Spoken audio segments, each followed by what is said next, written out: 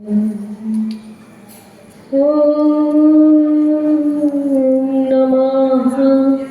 सिद्धेभ्यः।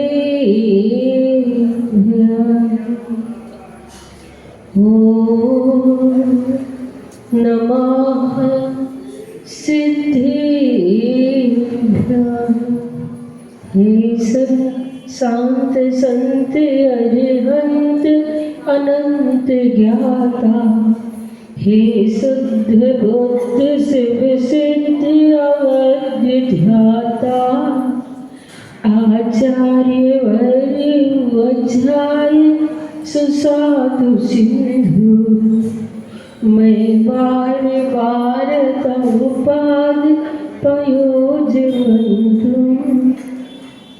अहिंसा परमो धर्म के, महावीर भगवान के, संत शिरोमणि आचार्य गुरुवर श्री विद्यासागर जी महाराज की, आचार्य भगवंत श्री समय सागर जी महाराज की अष्टानिक महापर्व की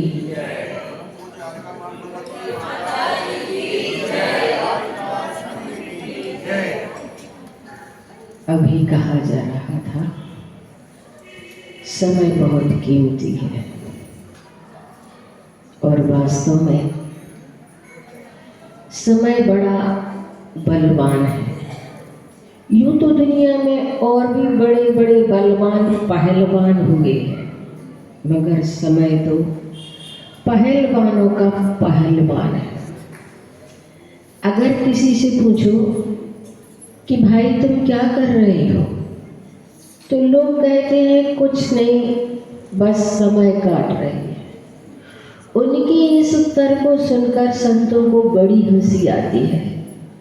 तुम क्या समय को काटोगे? समय ही हर पल हर क्षण तुम्हें काट रहा है। समय की मार बहुत ही ऐसी होती है जो तुम्हें कभी माफ नहीं कर सकता। तुम्हारे पास कीमती समय है और कीमती समय को भी तुम ऐसे ही व्यर्थ में निकालते चले जा रहे हो। पैर बालों से पंख बालों की गति बहुत तेज होती है। समय के पैर नहीं होते हैं, पंख होते हैं।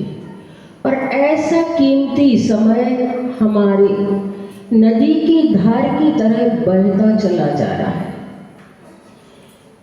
कबीर की अठवासियाँ कहती हैं कि 60 समय में अगर तुमने 2 समय भी अपने जीवन का सदुपयोग नहीं किया तो वह समय तो तुम्हारा अकारण ही चला गया। जिस समय में तुम भगवान की पूजा कर लेते हो, प्रार्थना कर लेते हो, इबादत कर लेते हो, वह समय तुम्हारा सार्थक होता है।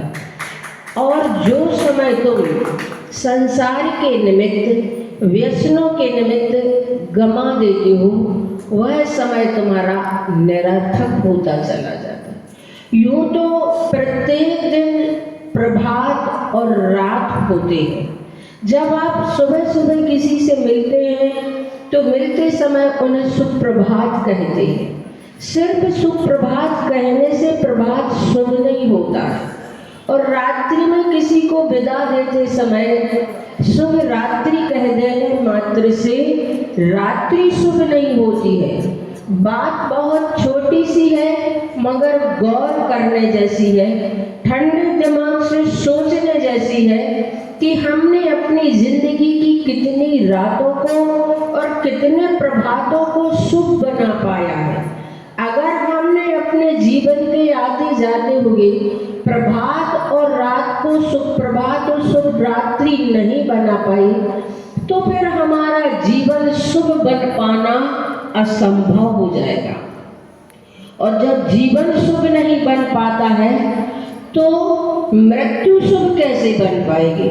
और जब मृत्यु शुभ नहीं बनेगी तो भविष्य शुभ कैसे बन पाएगा?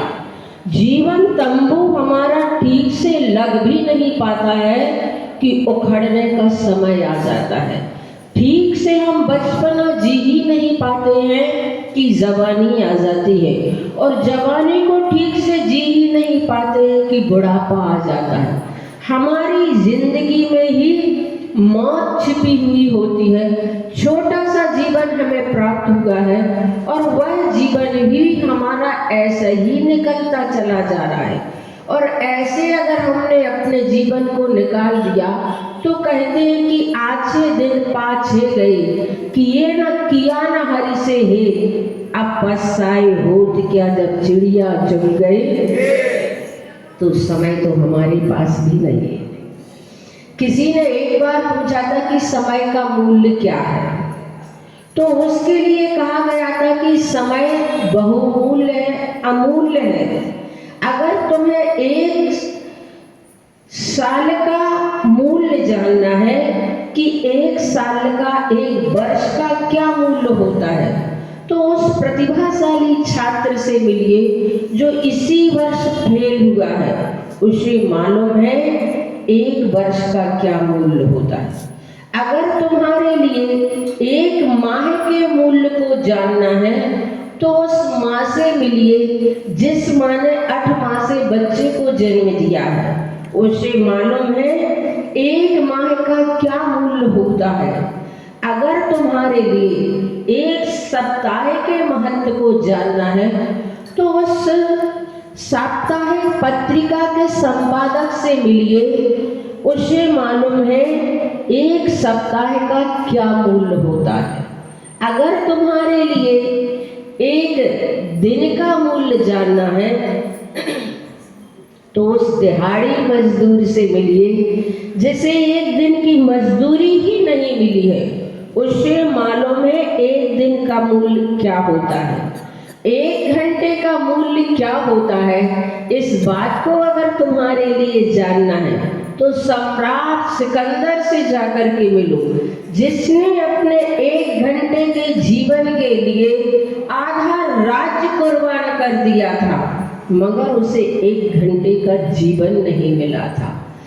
1 मिनट का क्या मूल्य है, इस बात को अगर तुम्हारे लिए जानना है तो वर्ल्ड ट्रेड सेंटर इमारत गिरने से 1 मिनट पहले जो उससे बाहर निकले हैं उन सौभाग्यशाली व्यक्तियों से मिलकर के पूछिए कि वास्तव में 1 मिनट का क्या मूल्य होता है, 1 सेकंड का क्या मूल्य होता है। इस बात को अगर आपके लिए जानना है तो उस धावक से मिलिए जिसके लिए 1 सेकंड की वजह से रजत पदक पर संतोष करना पड़ रहा है, स्वर्ण पदक जिसका छिन गया है। उसे मालूम है 1 सेकंड का कितना मूल्य होता है, 1 समय का क्या मूल्य है। मालूम है आपको एक समय किसे कहते हैं? सिद्धांत की भाषा में पुद्गल परमाणु अत्यंत मंद गति से एक प्रदेश से दूसरे प्रदेश पर जितने समय में पहुंचता है वह 1 समय कहलाता है। काल की सबसे छोटी इकाई 1 समय कहलाता है। इसे अगर आप नहीं समझ पाते हैं तो एक बार आंख के झपकने में असंख्यात समय हो जाते हैं, उसमें से 1 समय निकालें कितना बड़ा होता है।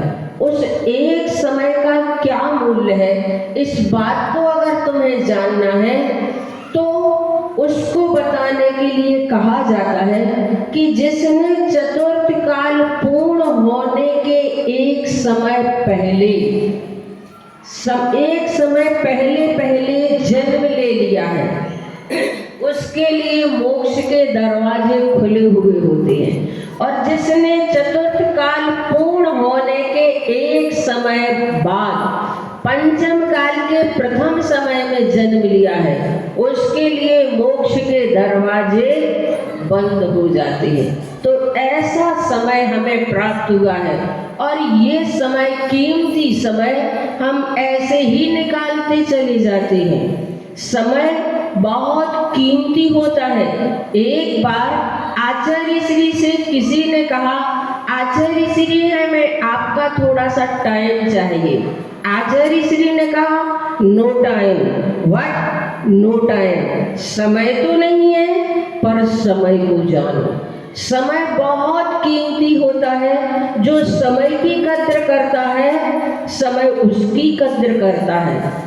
हमारे आचार्य कुंद कुंद स्वामी ने समय शब्द को आत्मा कह करके पुकारा है। उन्होंने कहा समय की कीमत यानी कि आत्मा की कीमत, और ऐसा समय हम काट रहे हैं। हाँ, आप लोग जो पेपर सुबह पढ़ते हैं वही शाम को पढ़ने लगते हैं, वही रात को पढ़ने के लिए बैठ जाते हैं, और लोग पूछते हैं कि क्या कर रहे हो, तो कहते हैं समय काट रहे हैं। समय तो है नहीं हमारे पास। एक उदाहरण देकर के मैं अपनी बात को पूरी करूंगी कि एक बार मैंने पढ़ा, अमेरिका से हवाई जहाज उड़ा, एक सीट पर 2 व्यक्ति बैठे हुए थे, पास में एक तीसरा व्यक्ति बैठा हुआ था। 2 व्यक्ति जो बैठे हुए थे, उसमें से पहले व्यक्ति ने उस दूसरे व्यक्ति से कहा, भाई साहब आप कहाँ के हैं? तो उसने कहा मैं तो भारत का हूँ। आप कहाँ के हैं? उसने कहा मैं भी तो भारत का हूँ। दोनों बड़े खुश हो गए। हम दोनों एक ही देश के हैं। और फिर पहले व्यक्ति ने कहा भारत में आप कौन से प्रदेश के हैं? तो दूसरे व्यक्ति ने कहा मैं तो मध्य प्रदेश का हूँ। तुम कौन से प्रदेश के हो? उसने कहा मैं भी तो मध्य प्रदेश का हूँ। दोनों और भी खुश। हम दोनों एक ही देश के और एक ही प्रदेश के। वहाँ वायुयान अपनी रफ्तार से बढ़ रहा था, इधर इन दोनों की बातें अपनी रफ्तार से बढ़ रही थी। पहले व्यक्ति ने पूछा कि मध्य प्रदेश में तुम कौन से शहर में रहते हो?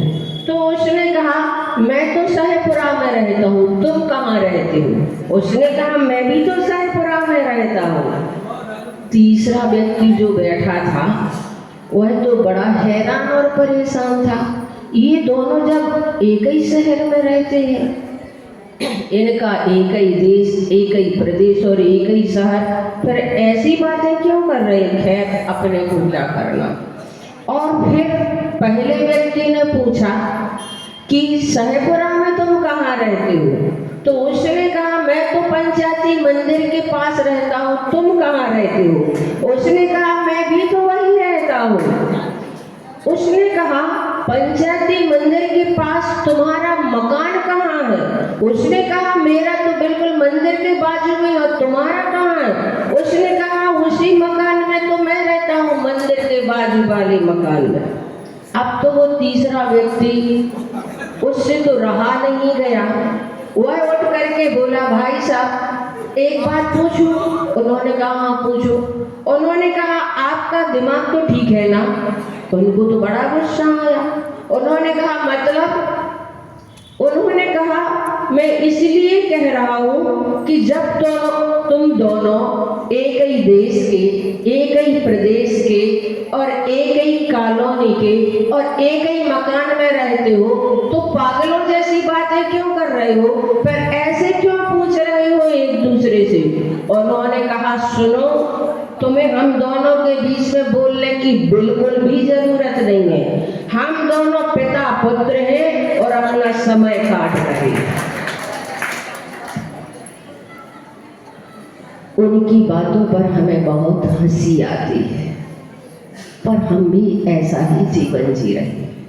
बहुत थोड़ा सा जीवन हमें प्राप्त हुआ है और वह भी हम ऐसे काट रहे हैं जैसे कि वास्तव में हमारा जीवन हमें बोझ बना हुआ हो।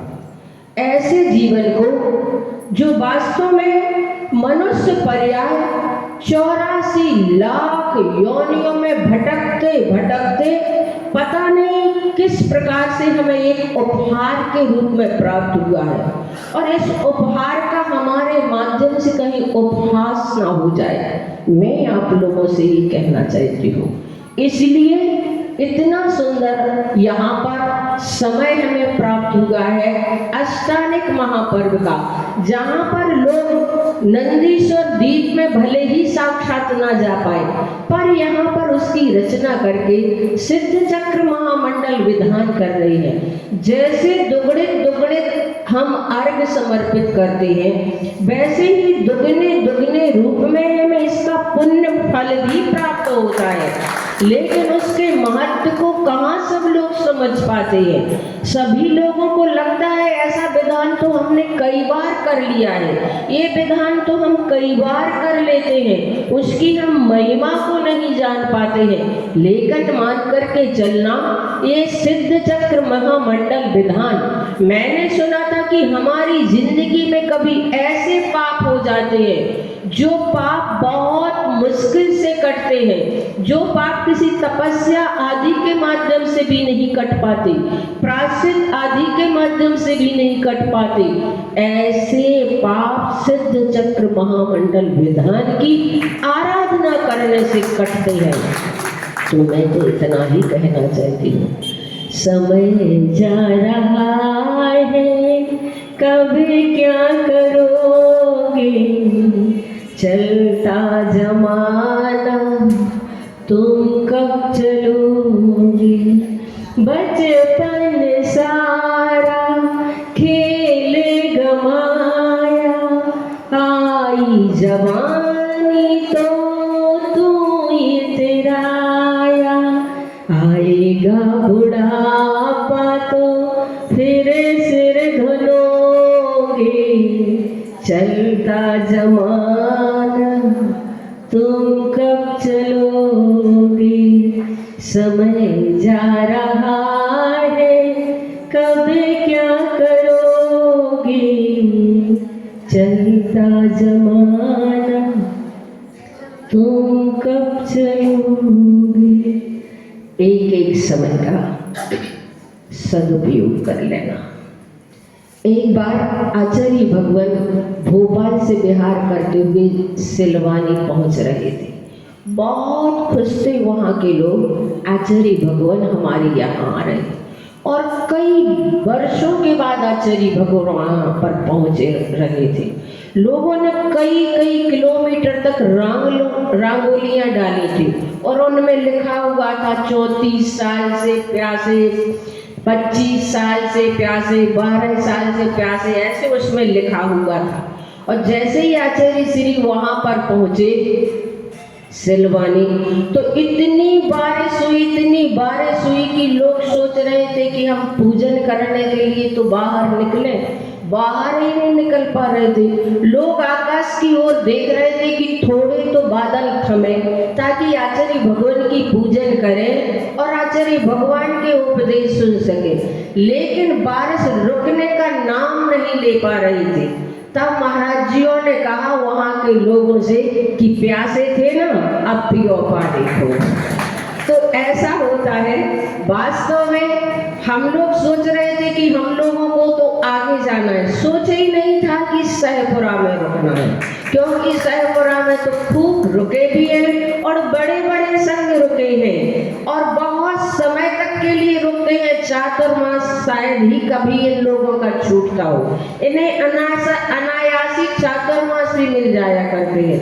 तो हम लोगों ने सोचा था कि आगे जो गांव है चरगुआ, वहाँ पर अपन रुकेंगे, लेकिन पता नहीं यहाँ के लोगों ने कैसी आराधना भगवान की और कैसी प्रार्थना की कि रुकना ही पड़ा। बिल्कुल तैयार थे जाने के लिए ही, सब लोग तैयार थे, सब कुछ हो चुका था, लेकिन बस लेकिन ही है, उसके आगे कुछ भी नहीं कह सकते हैं। अंतराय कर्म ऐसे ऐसे भी होते हैं। कई कई बार आचार्य श्री हमारे नगर में आ जाते हैं और जब शोर और सूतक हो जाती है तो लोगों को लगता है कि हे भगवान, पता नहीं कैसे कैसे तीव्र पाप कर्म उदय में आते हैं। वर्षों से इंतजार करते हैं कि आचार्य भगवान आएंगे, लेकिन जब आचार्य भगवान आए तो उनके चरण भी नहीं छू पा रहे हैं, उनके हाथ में हम एक ग्रास आहार भी नहीं रख पा रहे हैं। ऐसे ऐसे अंतराय कर्म आ जाते हैं, तो ये सारे कर्म हमारे भगवान की आराधना से कटते हैं। मैं तो 2 पंक्तियाँ कह करके मैं अपनी वाणी को विराम देना चाहती हूँ। आचार्य श्री की जो पंक्ति है उसे हमेशा याद रखना, और आचार्य श्री का ही सूत्र है, समय नहीं काटना है, कर्म काटना है। इसको याद रखें। और 2 पंक्तियाँ हैं, छोटी सी है जिंदगी, बड़े बड़े अरमान, पूरे ना हो पाएंगे, निकल जाएंगे। अहिंसा परमो धर्म के महावीर भगवान की संत शिरोमणि आचार्य गुरुवर श्री विद्यासागर जी महाराज की, आचार्य भगवंत श्री समय सागर जी महाराज गुणमती माता जी की जय। निश्चित ही